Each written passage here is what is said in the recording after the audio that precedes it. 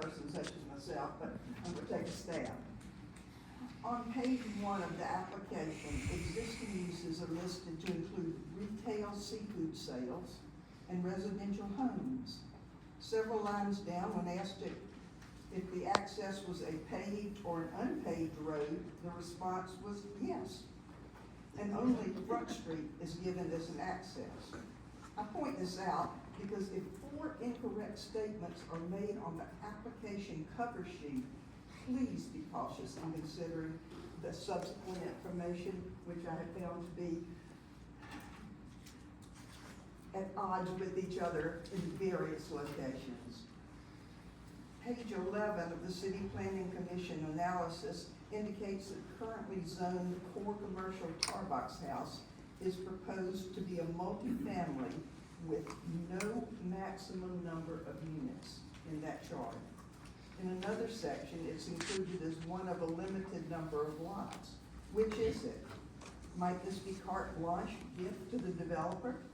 The proposed use chart indicates 6 single-family dwellings and 5 multifamily units with an unsightly permitted E height of 45 feet.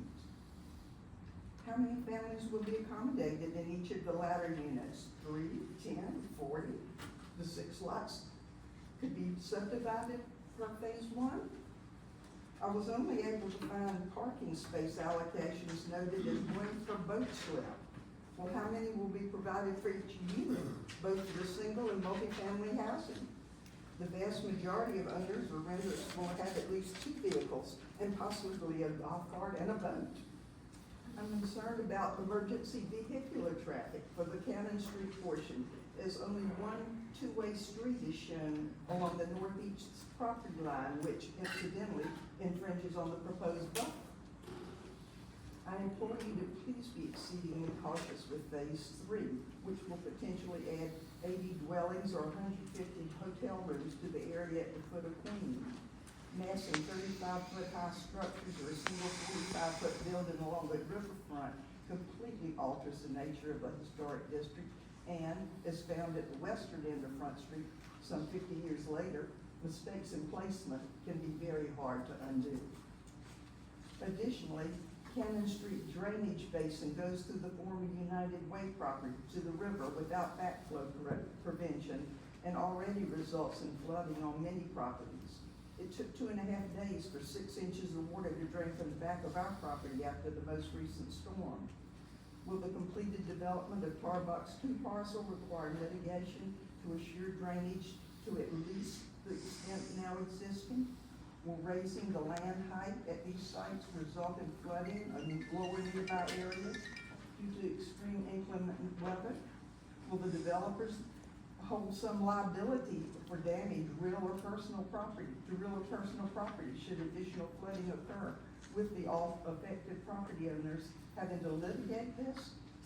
I know that's not the purview of the Planning Commission, but it seems a valid concern that should be taken into account as you consider this zoning request. I'm aware that I probably reiterated concerns voiced by others, but these are consequential issues that must be resolved in order for the longtime residents of our historic city to feel that their interests and concerns are being fairly addressed in the consideration of this project. Finally, personally, I'm offended by this threat of using a portion of the property for dry stack storage. While neither the developers nor the city would receive revenue derived from home ownership, we hope that the long-term residents wouldn't have the numerous detriments that this project portends. Just because one can doesn't mean one should. Thank you.